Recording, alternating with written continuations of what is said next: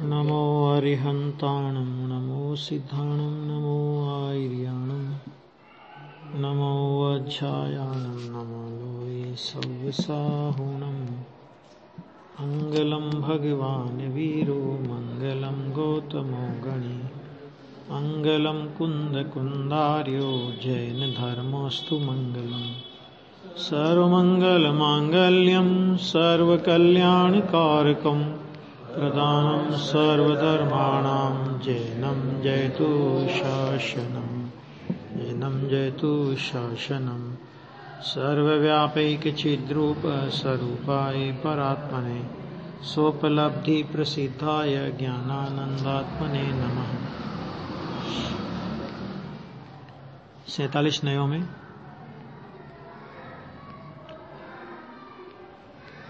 अस्तित्व नास्तित्व नय, ये सप्तभंगी का तीसरा नय है और प्रवचन सार के नयों के क्रमांक में 5वां नय है।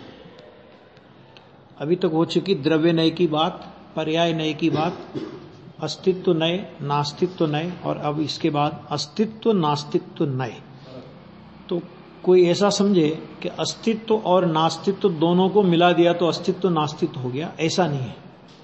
एक अस्तित्व नास्तित्व नाम का एक धर्म आत्मा में, जैसे अस्तित्व धर्म है, नास्तित्व धर्म है, ऐसे ही अस्तित्व और नास्तित्व धर्म ये भी आत्मा का एक तीसरा धर्म है। तो यहां पे देखिए सबसे पहले परिभाषा। आत्मद्रव्य अस्तित्व नास्तित्व नय से क्रमशः स्वपर द्रव्य क्षेत्र काल भाव की अपेक्षा से अस्तित्व नास्तित्व वाला है। देखो एलियन है, अस्तित्व नास्तित्व। अस्तित्व नय से क्या था कि स्वद्रव्य क्षेत्र काल भाव से अस्थि रूप है। पर द्रव्य नास्तित्व नय में था पर द्रव्य क्षेत्र काल भाव से नास्ति रूप है। और अस्तित्व नास्तित्व नय से क्रमशः स्वपर द्रव्य क्षेत्र काल भाव की अपेक्षा से अस्तित्व नास्तित्व वाला है। क्रमशः स्वपर द्रव्य क्षेत्र काल भाव अस्थि नास्तित्व वाला है।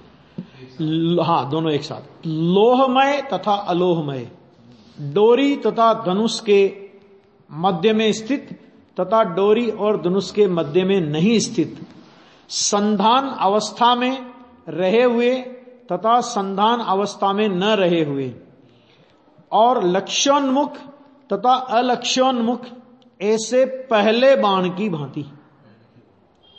उसी बाण में, वो बाण का उदाहरण 7 भंगों में चलेगा पूरा, उसी बाण की भांति। मतलब क्या कि जैसे पहले का बाण मैंने जो अस्थि नय में जिस बाण को विषय बनाया था उसी पर घटित कर रहे हैं कि जैसे पहले का बाण क्रमशः स्वचतुष्टय से तथा पर चतुष्टय की अपेक्षा से लोहमयादि और अलोहमयादि है, उसी प्रकार आत्मा अस्तित्व नास्तित्व नय से क्रमशः स्वचतुष्टय और पर चतुष्टय की अपेक्षा से अस्तित्व वाला और नास्तित्व वाला है। ऐसा एक धर्म आत्मा में है। देखो अभी इसमें थोड़ा जरा देखो इसका गुरुदेव का प्रवचन। अभी आत्मा स्वचतुष्टय से अस्थि रूप है और पर चतुष्टय से नास्ति रूप, यानी स्व से अस्थि रूप और पर से नास्ति रूप। ऐसे अस्तित्व नास्तित्व धर्म को जो जाने उसका नाम अस्तित्व नास्तित्व नय है। ऐसा अस्तित्व नास्तित्व नाम का धर्म को जो जाने उसका नाम अस्तित्व और नास्तित्व नय है। तो ये समझ लेना कि नय है वो विषयी है और उसका विषय भी है। तो ऐसा नहीं कि अस्तित्व धर्म को और नास्तित्व धर्म को मिला दिया तो एक तीसरा अस्तित्व नास्तित्व धर्म हो गया, ऐसा नहीं है। एक साथ क्रमशः अस्तित्व और नास्तित्व धर्म ये ऐसा आत्मा में है। देखो स्व से अस्थि और पर से नास्ति, ऐसे दोनों धर्म तो आत्मा में एक साथ ही हैं। वाणी के द्वारा क्रम से उन धर्मों का कथन हो सकता है और उनके वाच्य रूप एक अस्तित्व नास्तित्व धर्म भी आत्मा में है। ये गुरुदेव कह रहे हैं। क्रमशः हैं एक साथ, क्रम कथन में क्रम पड़ेगा। तो ऐसा अस्तित्व और नास्तित्व नाम का एक धर्म वो भी आत्मा में है तथा उसे जानने वाला अस्तित्व नय और नास्तित्व नय भी है। वस्तु का धर्म एक बात, उसका कथन करने वाली वाणी और उसे जानने वाला ज्ञान, ये तीनों स्वतंत्र है। देखो, वस्तु का धर्म ये वस्तु में होगा, उसका कथन करने वाली वाणी ये वाणी में है, और उसे जानने वाला ज्ञान ये ज्ञान का। देखो, इसमें तीन तरह के समय हो जाते हैं। वस्तु का धर्म ये है अर्थ समय। कौन सा समय हो गया ये? अर्थ समय। उसका कथन करने वाली वाणी ये हो गया शब्द समय, ठीक है। और उसे जानने वाला ज्ञान ये हो गया ज्ञान समय। तीन तरह के समय का वर्णन आता है पंचाशीकाय में। एक अर्थ समय होता है, एक ज्ञान समय होता है, और एक शब्द समय होता है। तो वस्तु के अंदर जो धर्म है वो हो गया अर्थ समय, कथन करने वाली वाणी शब्द समय, और जानने वाला ज्ञान वो क्या है? ज्ञान समय। और वो कहते तीनों स्वतंत्र। वाणी के कारण ज्ञान नहीं, ज्ञान के कारण कथन नहीं। कोई कहेगा हमने जाना इसलिए कथन हुआ, ऐसा नहीं होता। जानना ज्ञान का काम है, कथन होना भाषा का काम है, और धर्म होना उस वस्तु का काम है, ठीक है। लेकिन फिर भी तीनों का सुमेल हो तो वो सच्चा, और तीनों में अनमेल हो तो वो झूठा, ऐसा कह रहे हैं। कोई किसी के कारण इसमें से नहीं है।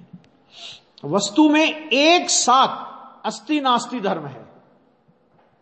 अस्ति धर्म कहा पहले, नास्ति धर्म का, अभी कह रहे एक साथ अस्ति नास्ति धर्म है, और वे वाणी के द्वारा कथनचित कहे भी जा सकते हैं।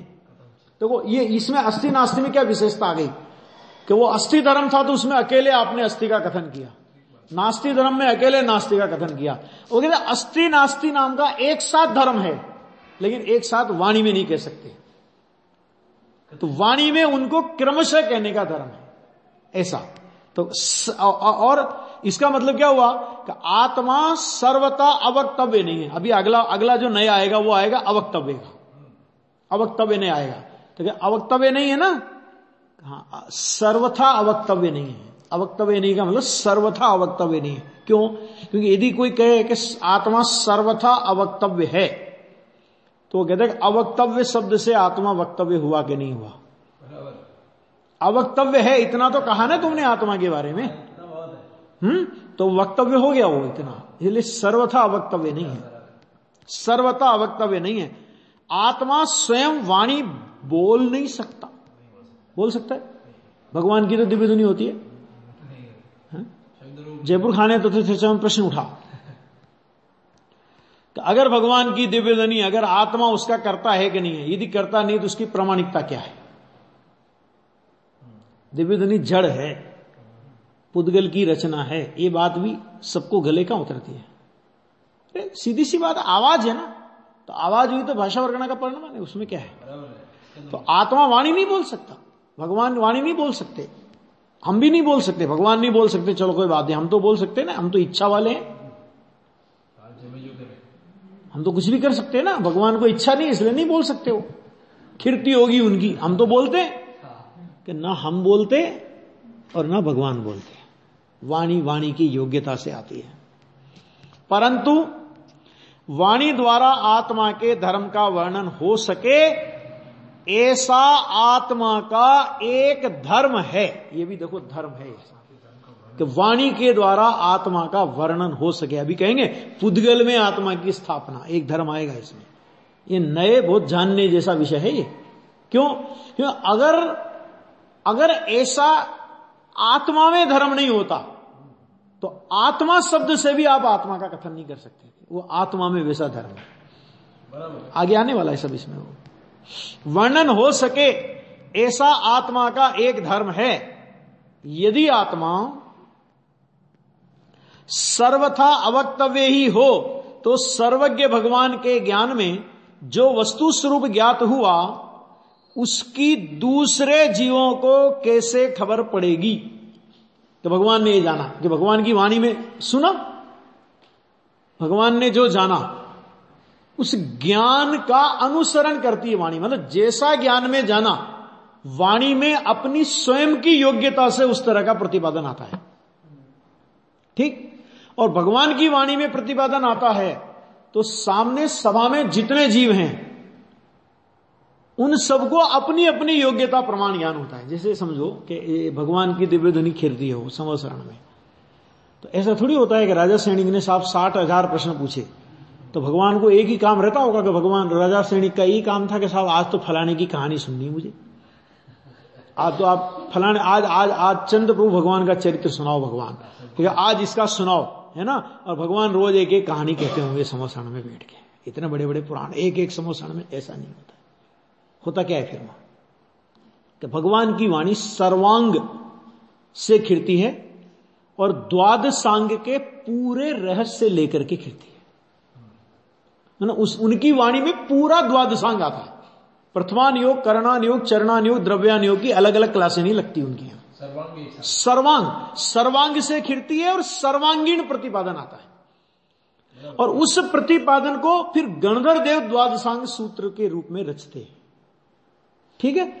अब मान लो किसी जीव ने उस समय यह विकल्प किया कि मुझे आज आदिनाथ भगवान का जीवन चरित्र सुनना है, तो वो वाणी वही वाणी उस जीव को आदिनाथ भगवान के चरित्र को सुनने में निमित्त बनेगी। और किसी ने कहा कि मुझे तो आज कर्म प्रकृतियों का ज्ञान करना है, तो वही वाणी उस जीव को कर्म प्रकृति का निमित्त बनेगी।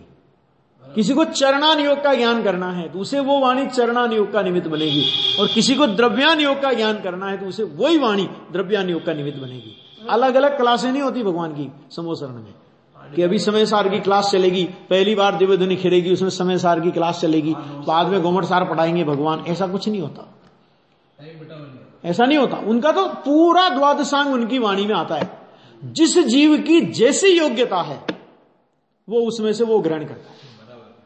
इससे सिद्ध हो गया वाणी से ज्ञान नहीं होता, स्वयं के उगाड़ की योग्यता से ज्ञान होता है। नहीं हुआ सिद्ध? क्योंकि पुराणों में लिखा है, राजा सैनिक ने ऐसा भगवान से प्रश्न किया, ये किया कि देखो पुराणकार, ये पुराण भगवान की दिव्य धुनी में प्रवाहित वाणी में के आधार से लिखा गया है, वो सारी संधि जोड़ी है। राजा सैनिक भी जाते थे, राजा सैनिक को ऐसा विकल्प भी होता था, और उनके विकल्प के अनुसार उनको भगवान की वाणी उसमें निमित्त होती थी, तो उनने क्या गलत किया, है ना। ये एक अलग सी है व्यवस्था कि जो जाने उसको भगवान की वाणी उसमें निमित्त होती, क्योंकि द्वादशांग में विश्व का ऐसा कोई रहस्य नहीं है जो जानने में न आवे। द्वादशांग में सब कुछ आ गया, द्वादशांग वाणी में सब चीजें आ गई। गणधर देव उसी के आधार से रचना करते, उसमें प्रथमान योग, करणान योग, चरणान योग, द्रव्यान योग भी होता है, उसमें ज्योतिष भी होता है, उसमें वैदिक शास्त्र भी होते हैं, उसमें मंत्र तंत्र सब होते हैं, कोई चीज बाकी नहीं। द्वादशांग का वर्णन पढ़ो ना तो अपने को लगे कितना गजब, कितना विशाल है। वो प्रयोजन का हमारे लिए क्या है क्या नहीं वो अलग मुद्दा है, लेकिन भगवान की वाणी में कुछ छुआ नहीं रहता। तो इसलिए भगवान की वाणी से ज्ञान होता है, ऐसा नहीं। अपने उगाड़ की योग्यता के अनुसार जैसा हम ज्ञान करें भगवान की वाणी उसमें निमित्त कहलाती है। अब मान लो चार आदमी भगवान के समोसरण में ऐसे आए, है ना, उन्होंने पूछा आज भगवान की वाणी में क्या है, करे क्या आदिनाथ भगवान का जीवन चरित्र भगवान ने बताया। दूसरा वाणी कहेगा क्या कर्मों की व्यवस्था का प्रतिपादन किया। तीसरा कहेगा क्या चरणान योग के कितने मुनि धर्म का, श्राव धर्म की कितनी बारीकियां बताई। और वो कहेगा क्या दृष्टि का विषय त्रिकाली ध्रुव भगवान आत्मा बताया। वाणी एक ही है, सुनने वाले जीव अलग अलग है। कोई मंत्रवादी होगा तो कहेगा तो भगवान ने मंत्र की बहुत अच्छी बात कही। कोई ज्योतिष की इच्छा वाला होगा, ये सब गुरुदेव के प्रवचन में है।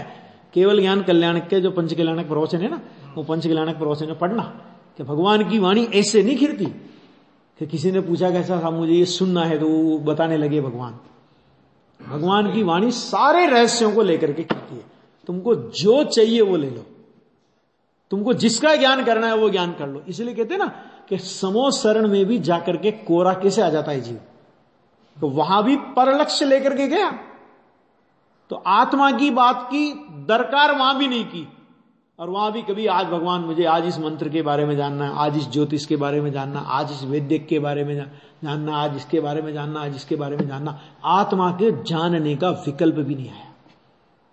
ये कहना है वहां पे आ गया। तो देखो यहां पे कहते हैं कि अवक्तव्य ही हो तो कैसे खबर पड़ेगी। और यदि आत्मा सर्वथा अवक्तव्य ही हो तो आत्मा अवक्तव्य है ऐसा कहा, वहीं कथनचित वक्तव्यपना हो गया। कितना स्पष्ट है कि सर्वथा अवक्तव्य है तो हो गया वक्तव्य। यहां आत्मा को वक्तव्य कहा, उसका अर्थ यह नहीं कि आत्मा कभी कभी वाणी बोल सकता है, ऐसा उसका अर्थ नहीं। वाणी आत्मा त्रिकाल में भी नहीं बोल सकता। क्यों नहीं बोल सकता? कि वाणी सर्वथा जड़ का परिणाम है, कथनचित नहीं लगेगा उसमें, है ना। हां, आत्मा तीन काल में वाणी कर ही नहीं सकता और न वह वाणी से ज्ञात होता है। वाणी कर भी नहीं सकता और वाणी से ज्ञात भी नहीं होता। क्या मतलब? कि भगवान की वाणी से भी आत्मा ज्ञात नहीं होता। तो जब तक तेरा लक्ष्य भगवान की वाणी पर भी रहेगा तो तुझे राग होता रहेगा। भले वो आत्मा के संबंध में राग हो, लेकिन वो राग होगा। जब वहां से भी लक्ष्य छूटेगा तब तू अंतरोन्मुख होगा, वो यहां कह रहे हैं।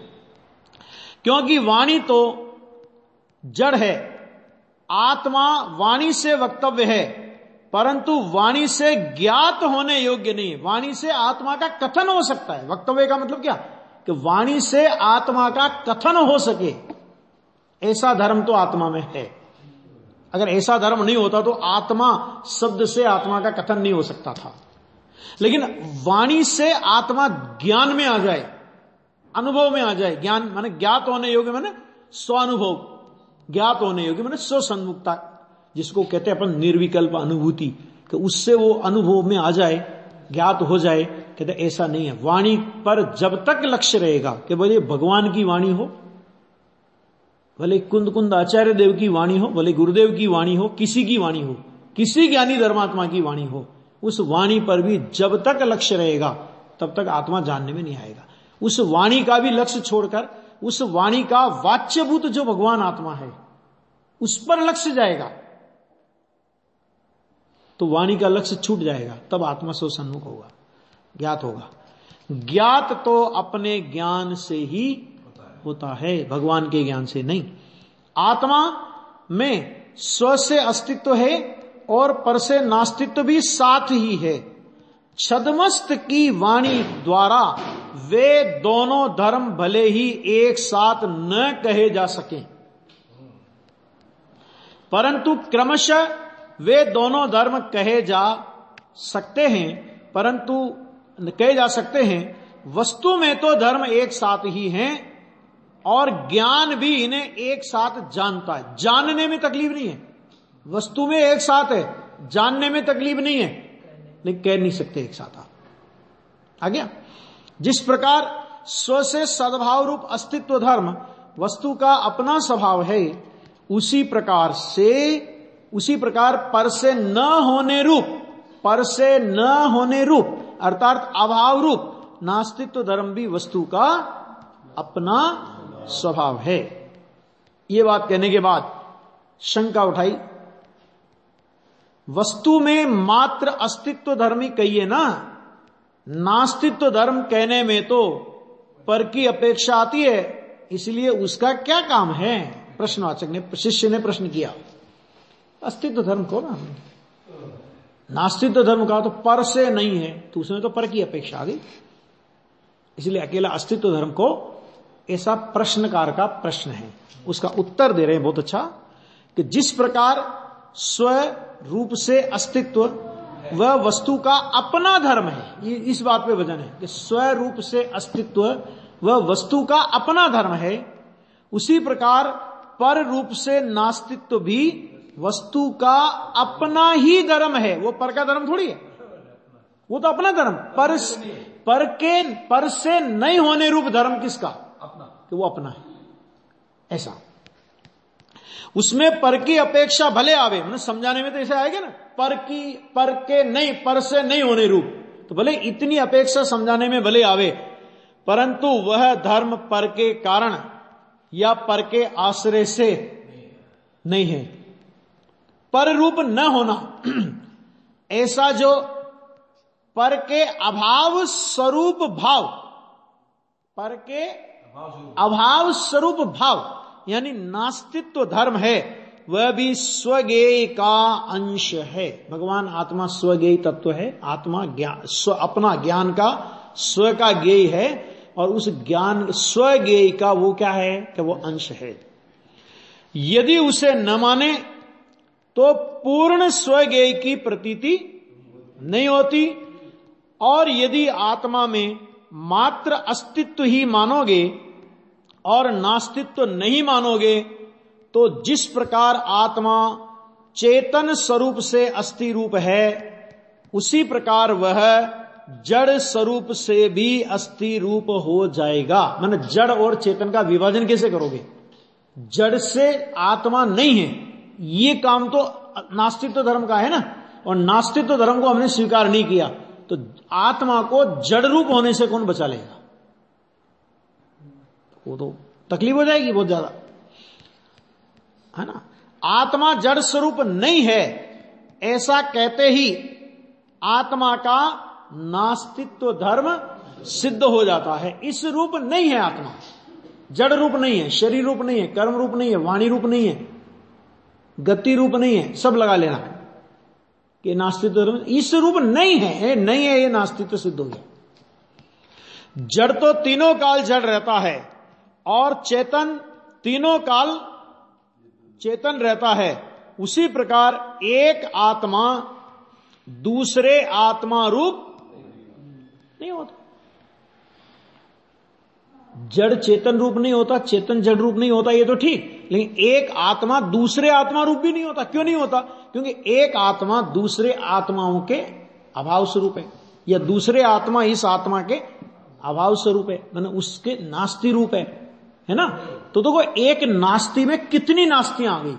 आत्मा के अलावा विश्व में जितने द्रव्य हैं, जितने गुण हैं, जितने पर्याय हैं, उन सब के नास्ति स्वरूप अपना स्वभाव है।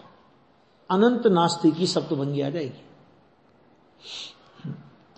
एक अस्तित्व धर्म और दूसरा नास्तित्व धर्म, एक दो दो दो दो तो पहले चर्चा हो चुकी इनकी। तो तदुपरांत अस्तित्व नास्तित्व नाम का तीसरा धर्म भी आत्मा में है। आगे बात समझिए, गुरुदेव के शब्दों में। आत्मा में अस्तित्व और नास्तित्व ये दो ही धर्म हैं, और शेष 5 भंग कहे वे तो उपचार से ही हैं। मैंने इनको मिला दिया, अस्थि नास्तिक को मिला दिया, अस्थि नास्तिक नाम का ऐसा बन गया कि ऐसा उपचार कर दिया कि ऐसा नहीं है, ऐसा नहीं है।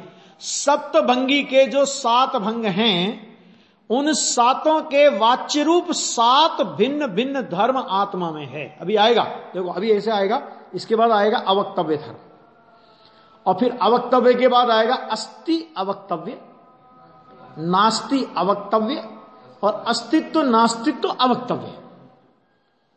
तो बहुत से लोगों को ऐसा लगता है कि एक तो अवक्तव्य को मिला दिया और एक अस्तित्व को मिला दिया कि ये बन गया चौथा अस्तित्व, एक नास्तित्व को मिला दिया, एक अवक्तव्य को मिला दिया, ये बन गया नास्ति अस्तव्य अवक्तव्य। गिनती ऐसा नहीं है। माने देखो सप्तभंगी क्यों खड़ी हुई? अन्यमति अपने सामने कोई भी तर्क रखे तो उसके तर्क को हम 7 तरह से काटते हैं। लोग मजाक भी उड़ाते थे। तो एक था कोई परमहंस वाला, उसने जैनियों की मजाक उड़ाई, मतलब परमहंस से अपना जैन बना। कोई था, कोई जैन बन गया, वो तो जैन बन गया, तो उसके जो साथी लोग थे उसकी मजाक उड़ाते थे। क्या मजाक उड़ाते थे कि भाई तुम तो 7 भंगियों में चले गए। सब तो भंगी है ना अपने यहां, तो मजाक उड़ाते थे कि तुम तो 7 भंगियों में चले गए। तो वो बड़ा हाजिर जवाब था। उसने कहा क्या करे भैया, तुम लोगों ने गंदगी इतनी कर दी, तत्व के विरुद्ध इतनी गंदगी कर दी कि 7 भंगी भी नहीं साफ कर पा रहे। ऐसी स्थिति है।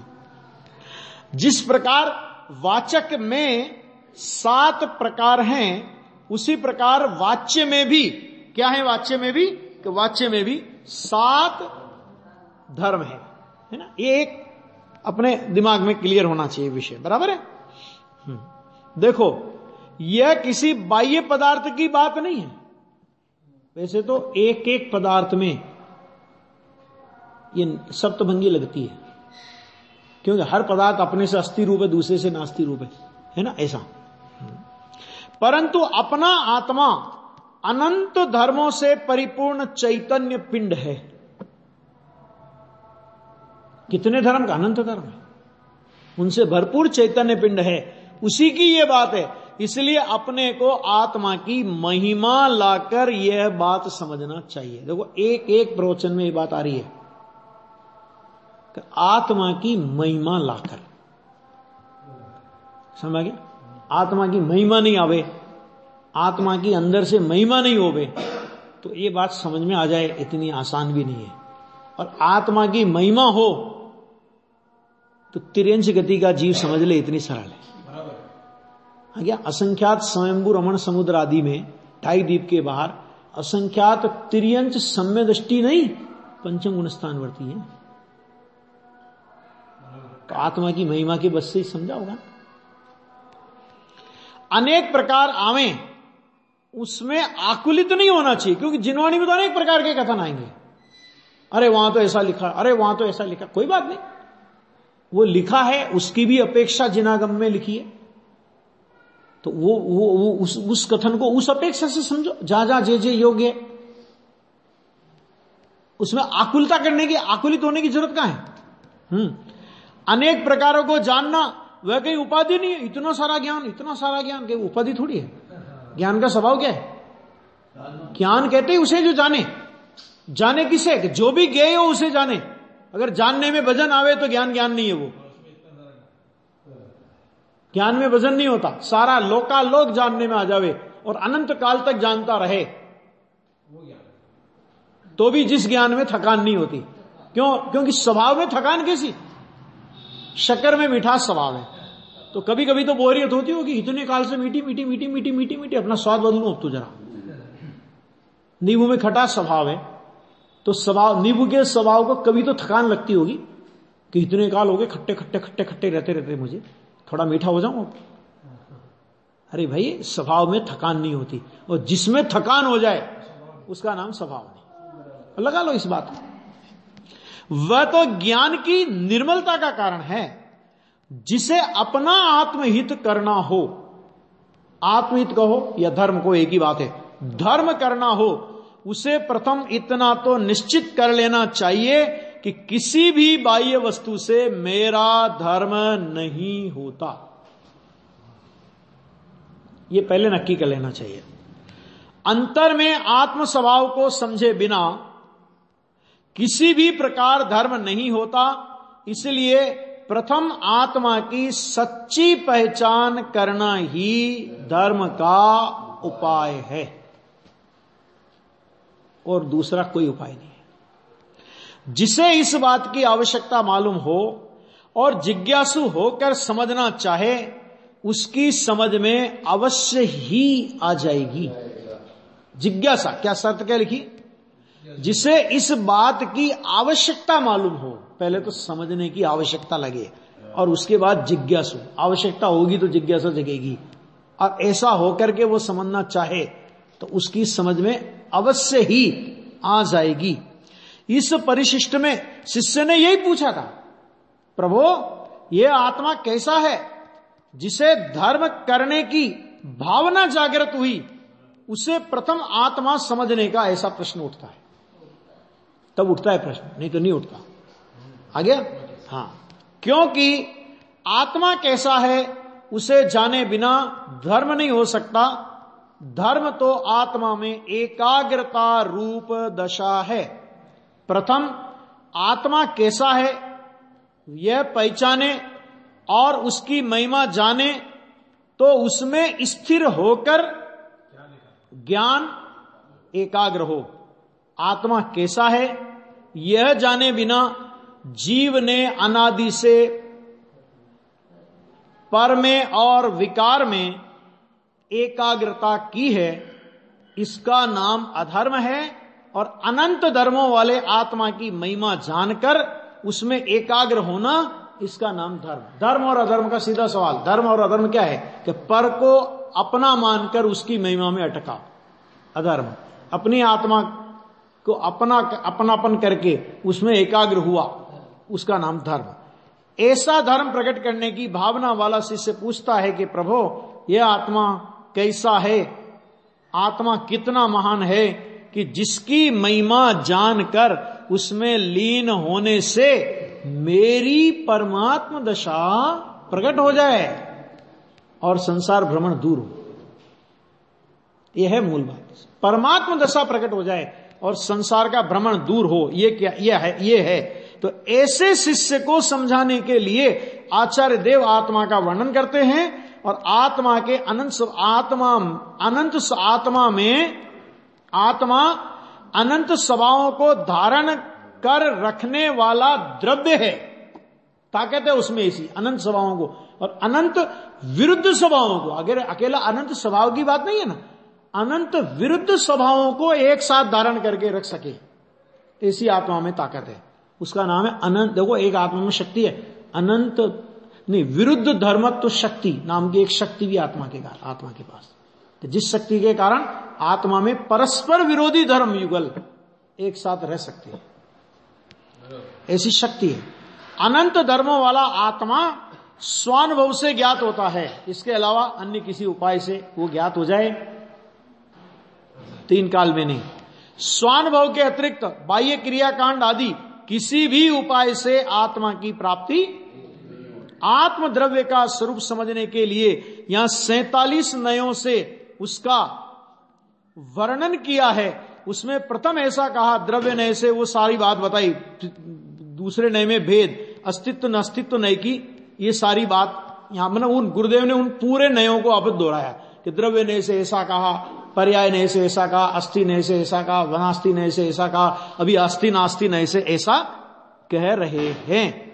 इसमें कई लोगों को ऐसा ज्ञान करने में प्रमाद आता है और अंदर में ध्यान चाहते हैं, नहीं ज्ञान तो हो गया, बहुत हो गया, अब तो अपन को ध्यान करना है ना।